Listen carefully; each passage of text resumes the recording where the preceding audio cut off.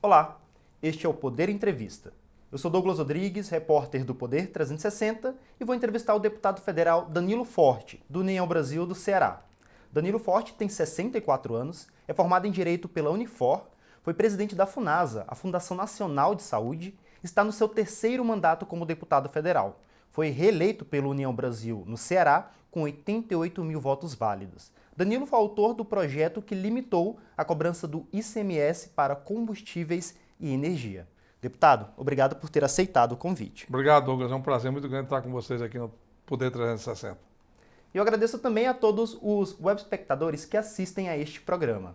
Essa entrevista está sendo gravada no estúdio do Poder 360, em Brasília, em 4 de novembro de 2022. Para ficar sempre bem informado, inscreva-se no canal do Poder 360, ative as notificações e não perca nenhuma informação relevante. Deputado, eu começo essa nossa entrevista perguntando sobre uma dúvida que parte da população tem sobre a redução do ICMS sobre a gasolina, o diesel e outros produtos. A gasolina vai voltar a subir? A lei é muito clara. Tem uma lei complementar no Brasil, ligada ao Código Tributário Nacional, que garante a essencialidade, a necessidade primária da população com relação à energia, com relação a combustíveis, com relação a telecomunicações e a transporte público. Esses 4 itens, como essenciais, como vitais para a vida das pessoas, têm um limite de 17% ou 18% de ICMS no que diz respeito às tributações estaduais. E é muito claro que é uma lei para a vida toda.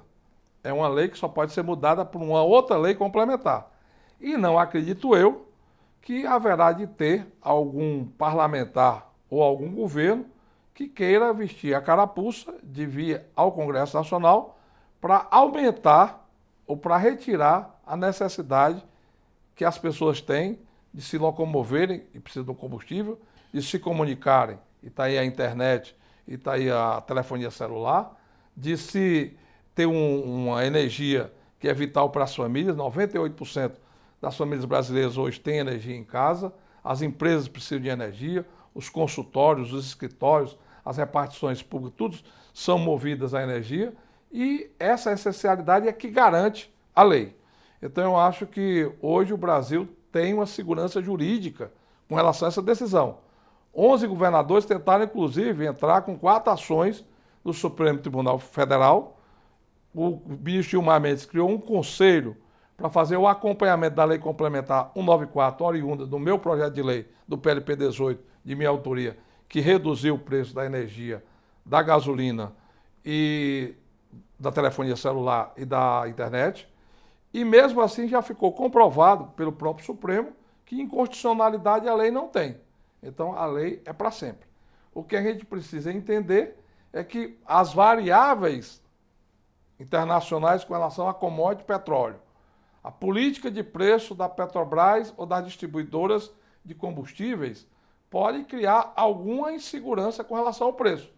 Agora mesmo nós estamos vivendo uma intranquilidade, porque a Associação dos Importadores de Combustíveis, aqueles que compram gasolina lá fora, que compram diesel lá fora e que colocam aqui dentro do Brasil, estão querendo criar uma instabilidade. A Petrobras não fez nenhum pronunciamento, não mudou a política e o preço era para estar ainda em R$ 4,50, R$ 4,40, como chegou com a redução do preço há um mês atrás.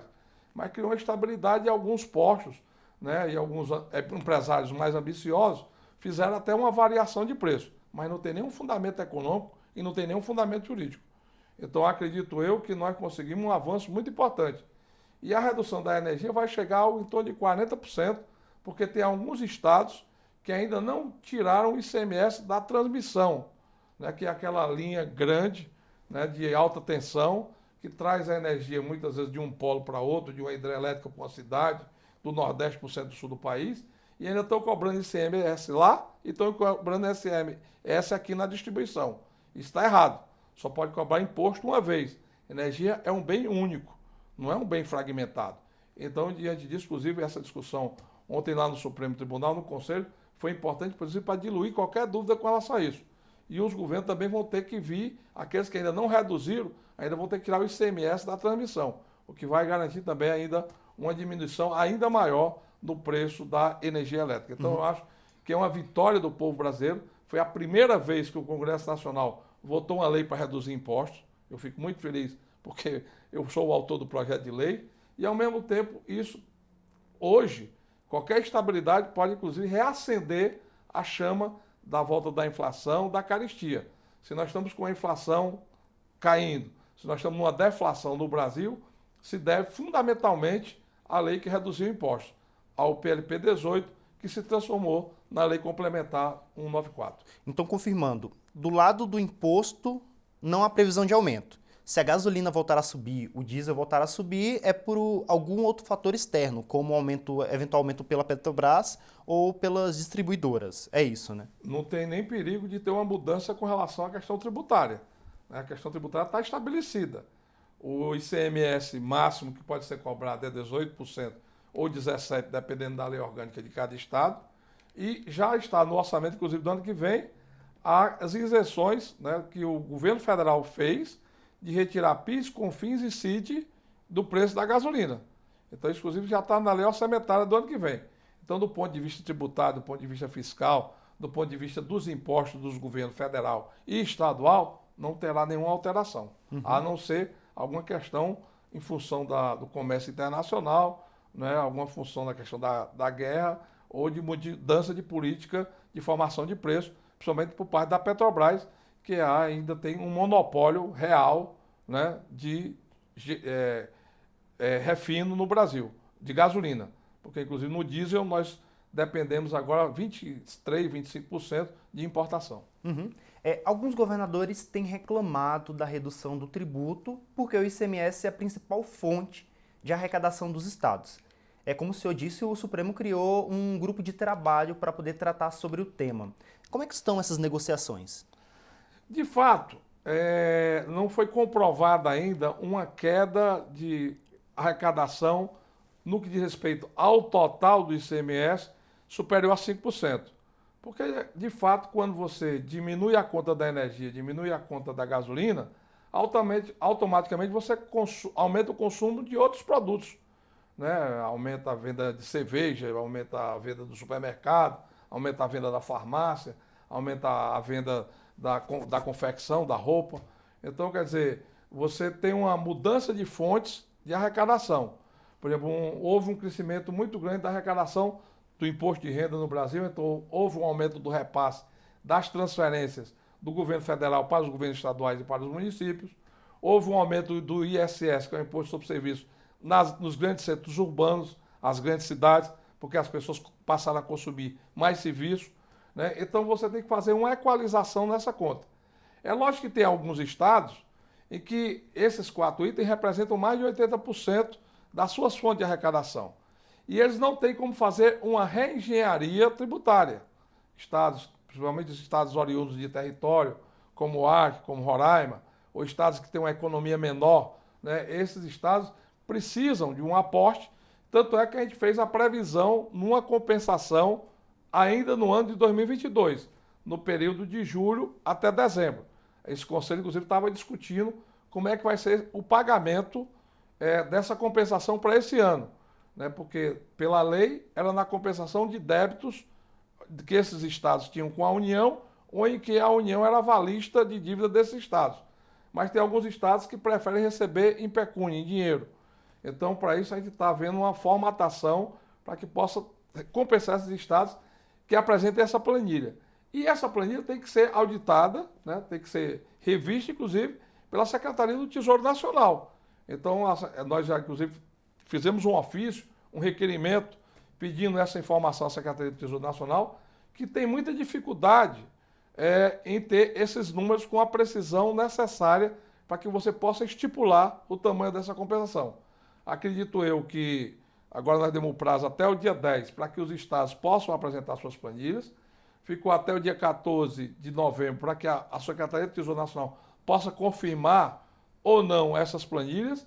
E com a prorrogação do prazo do funcionamento do Conselho até 30 de novembro, que essa decisão será dada inclusive pelo ministro Gilmar ao longo do dia de hoje, a gente acredita que a gente possa ter aí um balizamento, né, mais consistente, mais firme com relação ao tamanho dessa compensação e os governadores, inclusive, pleitearem, junto a esse ajuste fiscal que já vai ser feito para o ano que vem, também a possibilidade de garantir essa compensação no orçamento de 2023. Isso, por exemplo, como já está sendo discutido um ajuste fiscal, em que o governo do presidente Lula, né, está apresentando a possibilidade de garantir os recursos para o Auxílio Brasil, né, para a inclusão das crianças menores de 10 anos dentro de um auxílio de R$ 150, pode também ser incluído esse pleito dos governadores da garantia financeira dessa compensação. Mas pela discussão que vem sendo feita, isso vai ser fora do teto de gastos. É isso mesmo? O senhor acha que seria uma decisão viável o governo compensar os estados fora do teto de gastos, que foi uma regra fiscal criada justamente para dar previsibilidade sobre o futuro das contas públicas. Agora, como as promessas de Lula devem ser cumpridas ao longo de 2023, o governo eleito está discutindo como que vai cumprir elas. E os estados, como o deputado acabou de dizer, estão discutindo algumas formas de compensar essas eventuais perdas com a redução do ICMS. O que o senhor acha dessa possibilidade? Primeiro, a gente tem que rediscutir o teto, porque eu fui presidente da comissão especial do teto da PEC, que fez o teto do gasto, né? E naquela época nós votamos um gatilho, ou seja, havendo um crescimento do Produto Interno Bruto, do PIB, um crescimento da economia do país, esse teto de gasto também poderia fazer um acompanhamento a esse crescimento, porque o teto de gasto hoje faz um engessamento de todo o orçamento do país. O Brasil vem crescendo, né? Mesmo aqueles que torciam para o Brasil crescer negativamente, o Brasil cresceu positivamente. O PIB brasileiro vem aumentando. E não há um paralelo entre esse crescimento do teto em relação ao crescimento da arrecadação, inclusive, do Brasil. Esse ano nós vamos ter um dos maiores superávit fiscal da nossa história. Está sobrando dinheiro no caixa do governo federal.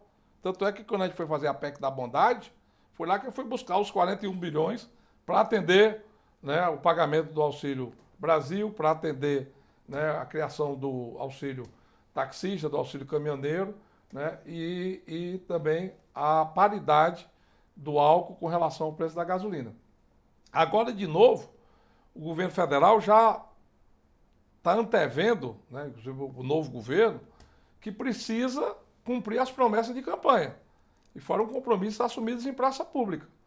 Então tem essa questão de manter o Auxílio Brasil de R$ 600, tem a inovação de garantir pelo menos R$ 150 para crianças com menos de 10 anos de idade. Tem essa discussão sobre a questão da atualização da tabela de imposto de renda, que eu tenho um projeto de lei de atualizar até quem ganha até 4 salários mínimos, que é uma discussão que já está na Câmara, porque inclusive os dois candidatos em praça pública, tanto o presidente Bolsonaro como o presidente Lula, reafirmaram nas suas falas que iam trabalhar para atualizar a tabela de imposto de renda, porque daqui a pouco até quem ganhar auxílio emergencial vai pagar imposto de renda.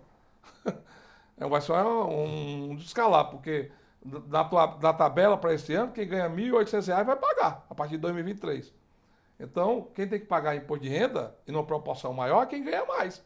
Não tem sentido quem ganha R$ 10.000 pagar o mesmo imposto de renda que quem ganha R$ 1 milhão, ou quem ganha muito mais do que isso. Então, dentro desse ajuste fiscal, eu acho que cabe se discutir quais são as prioridades que o país tem.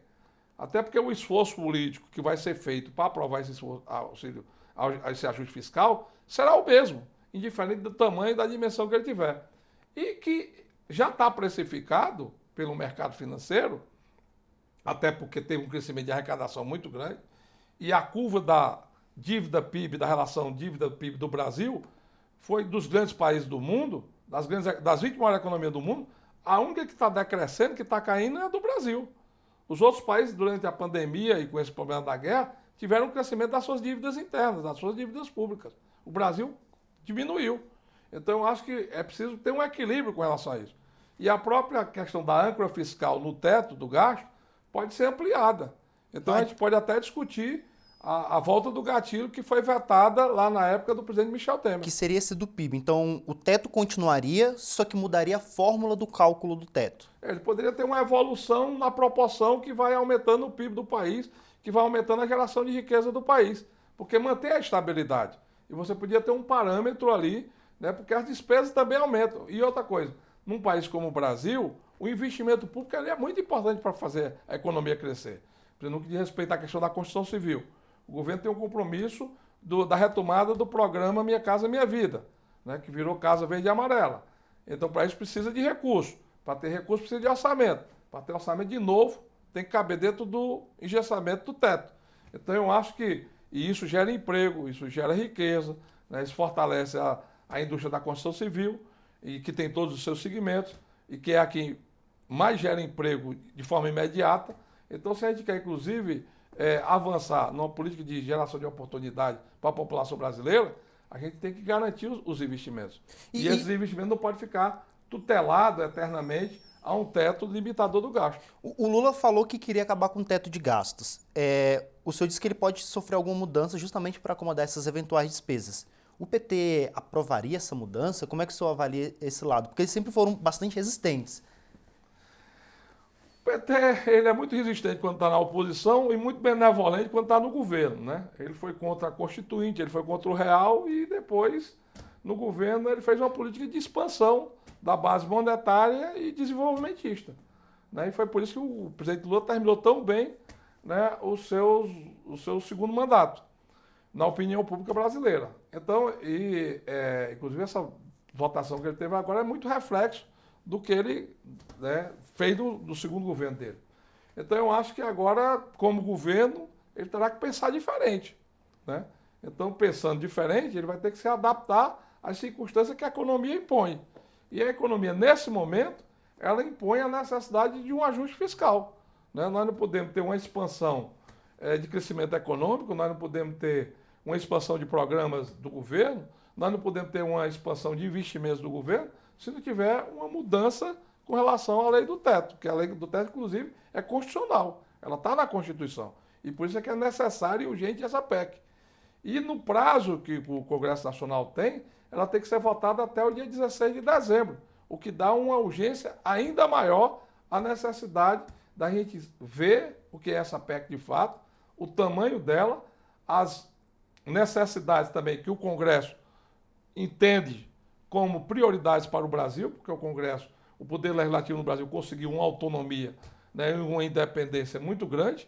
Então, agora, de fato, você tem, né, os princípios constitucionais da autonomia e da harmonia entre os poderes mais consolidados, e a gente precisa exatamente, dentro dessa harmonia, construir um diálogo capaz de dar ao Brasil aquilo que ele precisa para fazer uma governabilidade a partir de 2023. E o seu partido União Brasil, como que ele vai se posicionar nesse espectro político que vem se formando agora? Para quem não sabe, a União Brasil é resultado da fusão do PSL com o Democratas. E é um dos maiores partidos da Câmara atualmente, né? O União Brasil, num primeiro momento, faz junção em função de um processo eleitoral, né? Tanto é que ele não determinou, né, uma opção partidária com relação a candidaturas, né, no segundo turno. No primeiro turno teve a candidata a presidente Soraya, mas no segundo turno ficou todo mundo liberado conforme as suas conveniências estaduais. O União Brasil tem um embasamento desenvolvimentista. O União Brasil tem uma política com relação à redução da carga tributária muito forte. Nós temos uma compreensão muito clara que é necessário reduzir imposto.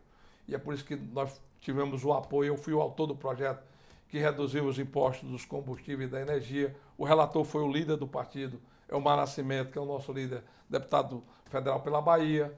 Nós temos nessa preocupação a atualização da tabela do imposto de renda para quem ganha até 4 salários mínimos, a isenção, como também uma questão importante para ser incluída dentro do próximo ajuste fiscal, porque é inadmissível que quem ganha pouco pague essa conta num país tão rico como o Brasil e com tantos bilionários no país e com a carga tributária tão distorcida como tem o Brasil. Nós não podemos punir, né, os assalariados. No meu estado, no estado do Ceará, 82% dos assalariados com carteira assinada ganham menos de 2 salários mínimos. e vão pagar imposto de renda, está errado isso.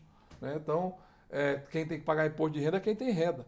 Então, a União Brasil tem muita clareza com relação a isso.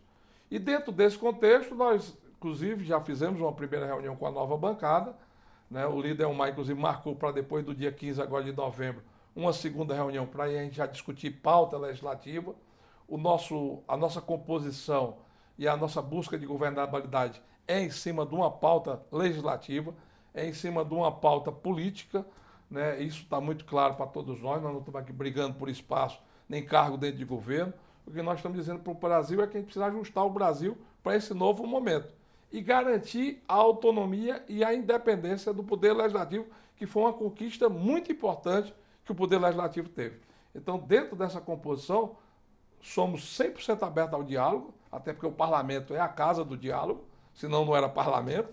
E, por outro lado, também nós temos convicções muito claras do papel e da importância que uma bancada com 60 deputados e 6 senadores e 10 senadores tem. Então, eu acho que isso é importante, inclusive, nesse debate. E nós vamos querer incluir, lógico, naturalmente, dentro da discussão do Parlamento, aquelas prioridades que a bancada assim entender que são importantes para o país. E a União Brasil ele caminha para criar uma federação, ou seja, uma aliança junto com o PP de Arthur Lira, né? Dentro do jogo do Congresso, é necessário ter força para, inclusive, fazer as indicações para a disputa dos cargos da mesa, para as comissões temáticas, né, para as relatorias mais importantes. E aí é natural que aqueles que pensem parecido e que se harmonizem formem seus blocos. Né? Tem geralmente o bloco da esquerda, né, pode ter um bloco mais à direita, mais radical, e nós estamos no campo do centro, né, do centro democrático. Então, dentro do campo do centro democrático, é natural que se componha. E tanto o PP, como União Brasil, como republicanos, têm um entendimento, também parte significativa do PL, da necessidade dessa unidade para poder, inclusive, garantir os espaços que serão disputados dentro do Congresso Nacional. Então, eu acho que fusão não cabe, até porque nós estamos vindo de uma fusão e a lei só pode modificar a fusão depois de 4 anos de existência da primeira fusão, né, do que foi o PSL com o DEM, mas cabe uma federação, cabe um blocão, né, cabe aí uma decisão que possa abrigar, né, e possa construir e consolidar uma base legislativa que é muito importante nesse momento de afirmação do Congresso Nacional. Então, eu acho que naquilo que a gente puder contribuir para essa unidade e para esse conforto, inclusive, que a bancada precisa ter para ter espaço nessas instâncias de poder que o Congresso Nacional tem, é muito importante. Perfeito. E agora, caminhando para a reta final da entrevista, deputado, nós vamos fazer um momento pinga-fogo do Poder 360, no qual eu farei perguntas sobre temas importantes da política e eu gostaria que o senhor respondesse de forma sucinta. O senhor é a favor ou contra uma flexibilização da lei sobre aborto? Hoje o aborto ele é permitido em caso de estupro, risco à vida da mulher ou anencefalia do feto. O aborto tem que ser tratado como uma questão de saúde pública e como uma questão de penal. Né? Eu acho que o Congresso tem que caminhar para definir, né, a política que o país precisa ter com relação a essa questão. Então, eu acho que isso é um debate que a sociedade brasileira precisa ter. Por princípio cristão, eu sou contra. Mas tem uma questão que envolve a saúde pública e a questão legal que precisam ser vistas. O senhor é a favor ou contra liberalizar o uso de drogas para fins recreativos, como em diversos países da Europa e em estados dos Estados Unidos? Para fim medicinal, eu acho que é uma conquista da ciência. Para fins recreativos, eu tenho um pé atrás.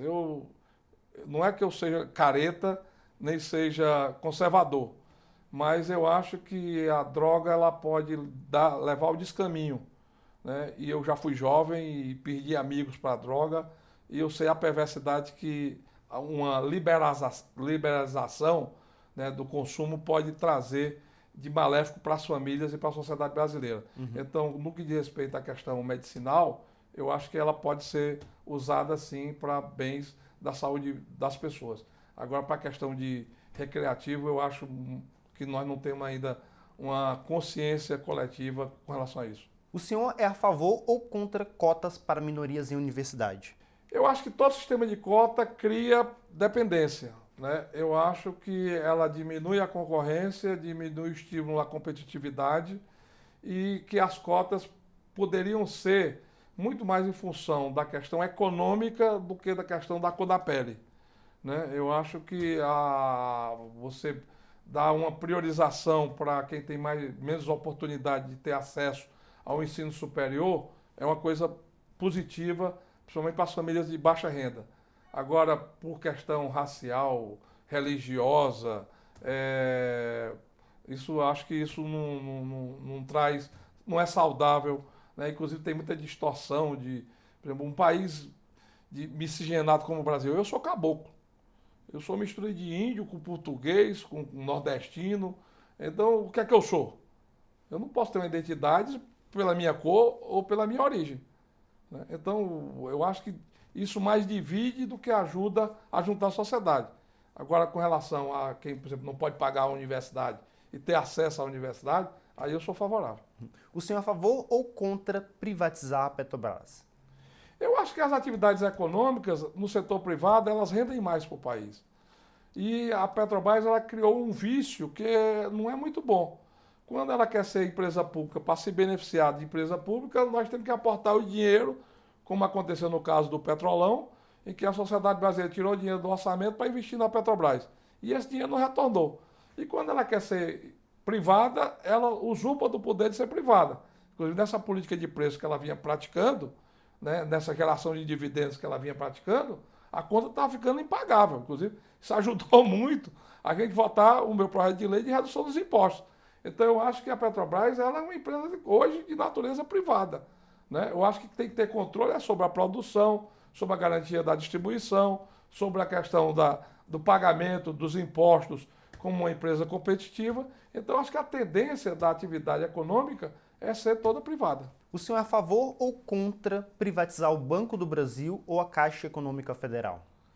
O setor financeiro precisa ter estímulo à concorrência e precisa baratear o custo das operações bancárias, principalmente no que diz respeito a cartão de crédito. O Brasil é um dos países onde tem a maior taxa de juros sobre cartão de crédito do mundo. Isso precisa ser regulamentado e o Banco Central precisa ser muito duro com relação a isso.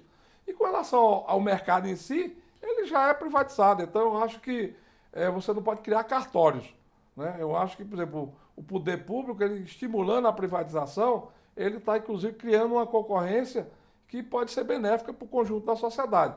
Eu acho que tem que ser público os bancos de desenvolvimento.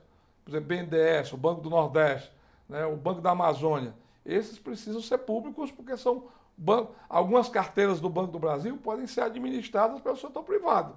Agora, por exemplo, tem outras que são de, por exemplo, crédito agrícola, que o Banco do Brasil é o maior fornecedor de financiamento para o setor agrícola.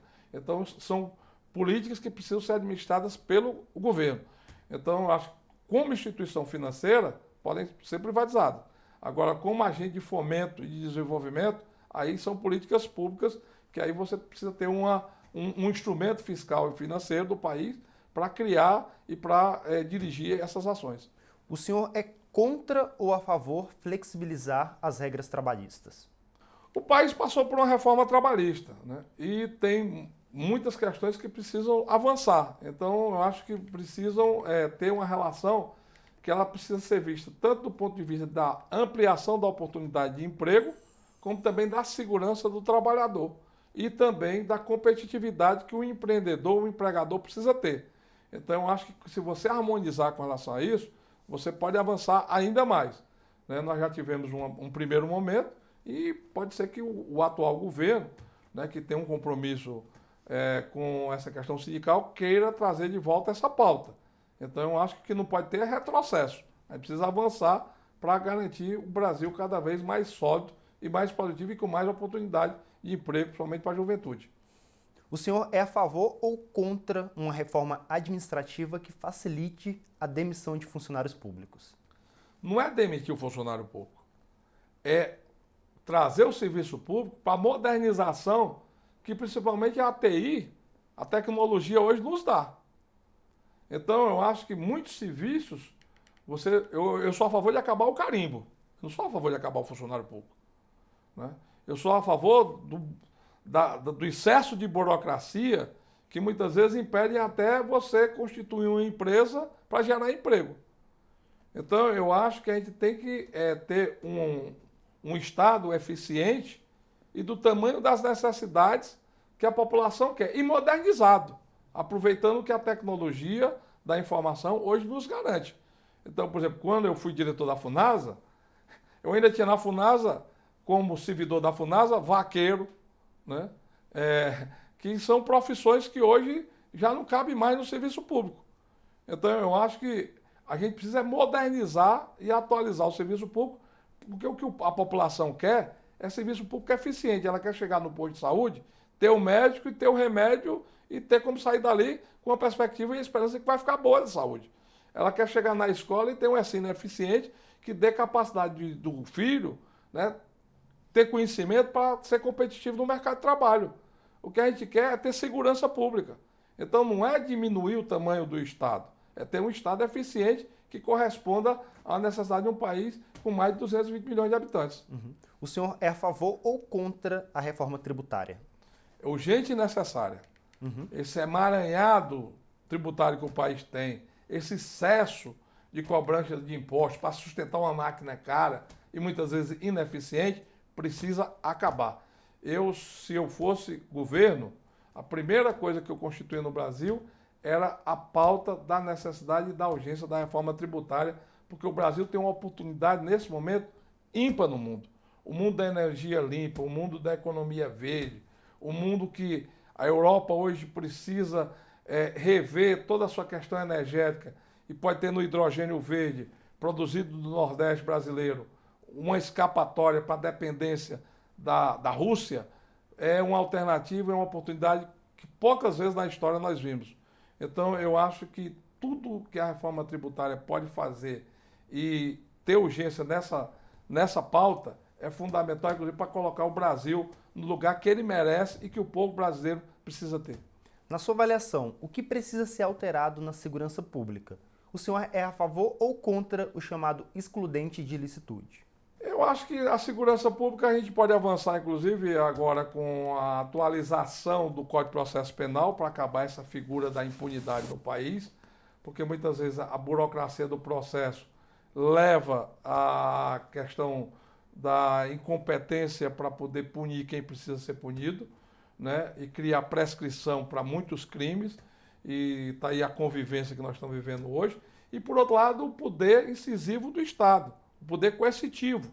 O Estado precisa agir, né? Nós não podemos deixar como é que está hoje. Por exemplo, o meu estado hoje tem cidades dominadas pelas facções criminosas, né? Inclusive crescendo no ambiente político, né? É muito comum você chegar em qualquer cidade hoje do interior do Ceará e identificar pessoas que têm relação com a criminalidade dentro do contexto das instituições políticas dos municípios. Então, eu acho que isso é uma preocupação que a sociedade brasileira precisa ter.